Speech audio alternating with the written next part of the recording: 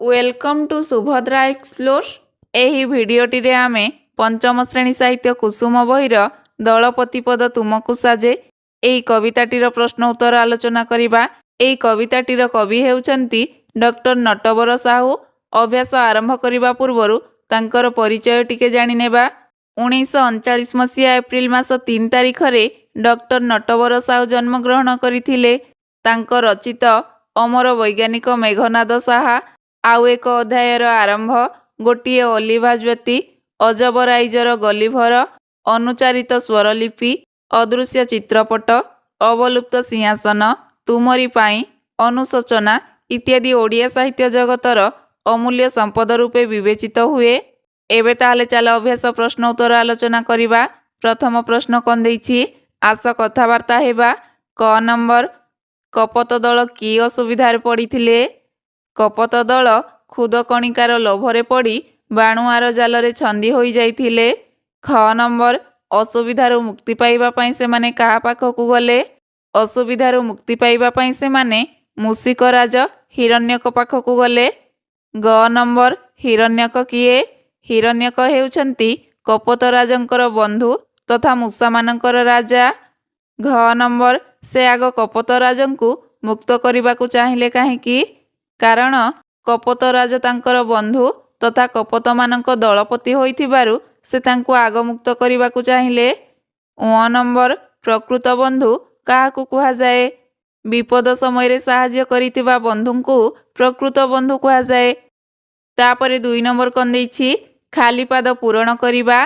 Eighty ताले देख पदर किछि अंश छाड़ी देइछि सेगुड़िक पूरण करि सारला परे पदगुड़िक कौन हेबो देख।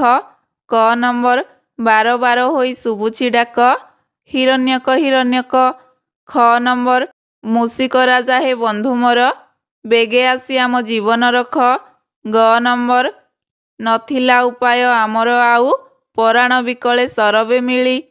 घ नंबर आश्रित जन रक्षा पाई दलपति सिना साजिछि मुहि। उ नंबर आदरस तुम धन्य सखा दलपति पद तुमकु साजे। च नंबर परजांकु आग मुक्त कर मोफास काटिब शेषरे भाई। 3 नंबर कवितारे पद्य रूपरे थिबा शब्दगुड़िकु बाछि सेगुड़िकर गद्य रूप लेखिबा। जेपरि पराणर गद्य रूप प्राण सेहीपरि पद्यरे थिबा आउ किछि शब्दगुड़िकर गद्य रूप लेखिबा। देख मुक्ति कौन हेबो मुक्ति। परजार गद्य रूप प्रजा। अल्पर गद्य रूप अल्प। सकतिर गद्य रूप शक्ति। आदरसर गद्य रूप आदर्श। सरबेर गद्य रूप सर्वे हेबो। 4 नंबर क स्तंभर शब्द सहित ख स्तंभर संपर्क थिबा शब्द को गार टाणी जोड़िबा। एठी ताले देख क स्तंभरे किछि शब्द देइछि ख स्तंभरे मध्ये किछि शब्द देइछि। क स्तंभर शब्द सहित ताले ख स्तंभर संपर्क थिबा शब्द को गार टाणी जोड़िबा। देख मूषिक शब्दटीर संपर्क ख स्तंभरे थिबा शब्द मानक मध्यरु का सहित अछि राजा सहित। एहाकु ताले राजा पाखकु गार टाणिबा। सेहीपरि खुद कणिका हेबो बाल्य सखा हेबो क्षीण देह हेबो आश्रित जन हेबो। 5 नंबर तले गार दिए जाइथिबा शब्द गुड़िक जेउ मानकु बुझाउछि कवितारु खोजी सेमानक नाम कोठरी रे लेखिबा। क नंबर मूषिक राजा हे बंधु मोर एई वाक्य रे मोर शब्द तले गार दिए जाइछि। एई शब्दटी ताहले काहाकु बुझाउछि कवितारे कपत राजंकर।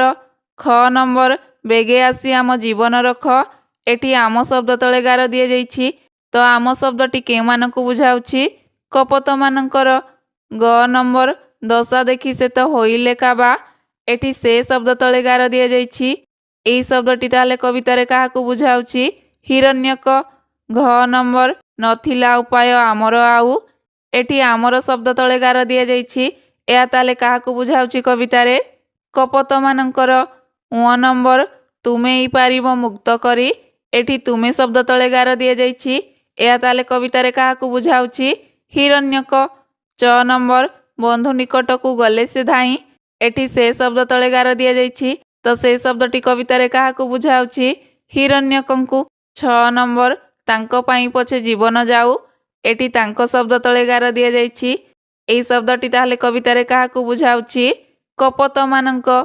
ज नंबर ଆଦରସ ତୁମ ଧନ୍ୟ ସଖା। ଏଠି ସଖା ଶବ୍ଦ ତଳେ ଗାର ଦିଆଯାଇଛି। ଏହି ଶବ୍ଦଟି ତାହେଲେ କବିତାରେ କାହାକୁ ବୁଝାଉଛି? କପୋତରାଜଙ୍କୁ। 6 ନମ୍ବର, ତଳ ଶବ୍ଦ ଗୁଡ଼ିକର ଅର୍ଥ ବୁଝାଉଥିବା ଆଉ କେତୋଟି ଶବ୍ଦ ଲେଖିବା। ବନ୍ଧୁ, ଏହି ଶବ୍ଦଟିର ଅର୍ଥ ବୁଝାଉଥିବା ଶବ୍ଦ ଆଉ କ'ଣ ହେଇପାରିବ? ସାଙ୍ଗ, ସାଥୀ, ସଖା, ମିତ ହେଇପାରିବ। ସେହିପରି ରାଜା ଶବ୍ଦଟିର ଅର୍ଥ ଆଉ କ'ଣ ହେଇପାରିବ? ରାଜନ, ମଣିମା।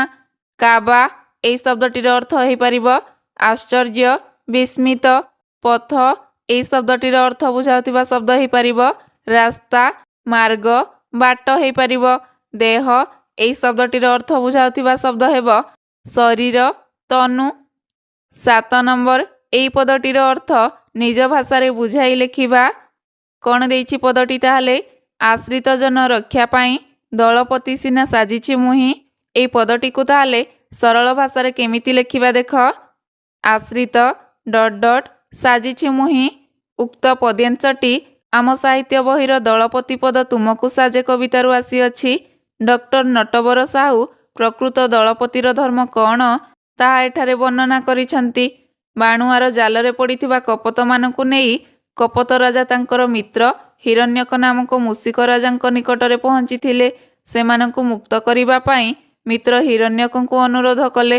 ହିରଣ୍ୟକ ନିଜର ଶକ୍ତି ଓ କ୍ଷୀଣ ଦେହର ସୂଚନା ଦେଇ ମିତ୍ରଙ୍କୁ ମୁକ୍ତି କରିବା ପରେ ଅନ୍ୟମାନଙ୍କର ଫାଶକୁ କାଟିବାକୁ କହିଲେ। କପୋତରାଜ କହିଲେ ଯେ ସେ ପ୍ରଜାମାନଙ୍କୁ ରକ୍ଷା କରିବା ପାଇଁ ଦଳପତି ହୋଇଛନ୍ତି। ସେମାନଙ୍କ ପାଇଁ ତାଙ୍କ ଜୀବନ ଗଲେ ମଧ୍ୟ ତାଙ୍କର ଦୁଃଖ ନାହିଁ। ଏଥିରୁ ଜଣାପଡ଼ୁଛି ଯେ କପୋତରାଜ ପ୍ରକୃତରେ ଜଣେ ପ୍ରଜାବତ୍ସଳ ରାଜା ଅଟନ୍ତି। 8 ନମ୍ବର, ଯେପରି ଶୁଭୁଛି ପଦ ଦରକାର ବେଳେ ଶୁଭିଲା, ଶୁଭିବ ହୋଇପାରେ, ସେହିପରି ତଳେ ଦିଆଯାଇଥିବା ଶବ୍ଦର 2ଟି ଲେଖାଏଁ ରୂପ ଲେଖିବା। ଯେପରି ଶୁଭୁଛି ପଦ ଦରକାର ବେଳେ ଶୁଭିଲା, ଶୁଭିବ ହେଇପାରେ, ସେହିପରି କହୁଛି ହେଇପାରିବ କହିଲା, କହିବ। ଆସୁଛି ହୋଇପାରିବ ଆସିଲା, ଆସିବ। ଧାଉଁଛି ହେଇପାରିବ ଧାଇଁଲା, ଧାଇଁବ। ହେଉଛି ହେଇପାରିବ ହେଲା, ହେବ। କାଟୁଛି ହେଇପାରିବ କାଟିଲା, କାଟିବ। ତାପରେ ଶେଷ ପ୍ରଶ୍ନଟି କ'ଣ ଦେଇଛି ଦେଖ 9 ନମ୍ବର। ତଳ ପ୍ରଶ୍ନ ଗୁଡ଼ିକର ଉତ୍ତର ଲେଖିବା। କ ନମ୍ବର, ହିରଣ୍ୟକ କ'ଣ ଦେଖି ଆଶ୍ଚର୍ଯ୍ୟ ହୋଇଗଲେ? ହିରଣ୍ୟକ ତାଙ୍କର ମିତ୍ର ଓ ଅନ୍ୟ କପୋତ ଦଳଙ୍କ ଦଶା ଦେଖି ଆଶ୍ଚର୍ଯ୍ୟ ହୋଇଗଲେ। ଖ ନମ୍ବର, କପୋତମାନେ କାହିଁକି ଏଭଳି ଦଶା ଭୋଗିଲେ? କପୋତମାନେ ଖୁଦକଣିକାର ଲୋଭରେ ପଡ଼ି ଏଭଳି ଦଶା ଭୋଗିଲେ। ଗ ନମ୍ବର, କପୋତରାଜ ପ୍ରଥମେ ବନ୍ଧନରୁ ମୁକ୍ତ ହେବାକୁ ଚାହିଁଲେ ନାହିଁ କାହିଁକି? କାରଣ ଆଶ୍ରିତ ଜନମାନଙ୍କୁ ରକ୍ଷା କରିବା ତାଙ୍କର ପ୍ରଥମ କର୍ତ୍ତବ୍ୟ ହୋଇଥିବାରୁ କପୋତରାଜ ପ୍ରଥମେ ବନ୍ଧନରୁ ମୁକ୍ତ ହେବାକୁ ଚାହିଁଲେ ନାହିଁ। ଘ ନମ୍ବର, ତୁମେ କପୋତରାଜାଙ୍କ ସ୍ଥାନରେ ଥିଲେ କ'ଣ କରିଥାନ୍ତ? ମୁଁ କପୋତରାଜାଙ୍କ ସ୍ଥାନରେ ଥିଲେ ପ୍ରଥମେ ମୋ ପ୍ରଜାମାନଙ୍କୁ ମୁକ୍ତ କରିବା ପାଇଁ ବନ୍ଧୁଙ୍କୁ ଅନୁରୋଧ କରିଥାନ୍ତି। ଅ ନମ୍ବର, ଏ କବିତାରୁ ତୁମେ କ'ଣ ଶିଖିଲ ଲେଖ। ଏକତା ହିଁ ବଳ, ବିପଦ ସମୟର ବନ୍ଧୁ ପ୍ରକୃତ ବନ୍ଧୁ, ରାଜାଙ୍କ ଧର୍ମ ପ୍ରଜାମାନଙ୍କୁ ରକ୍ଷା କରିବା ଆଦି ଶିକ୍ଷଣୀୟ କଥା ଆମେ ଏ କବିତା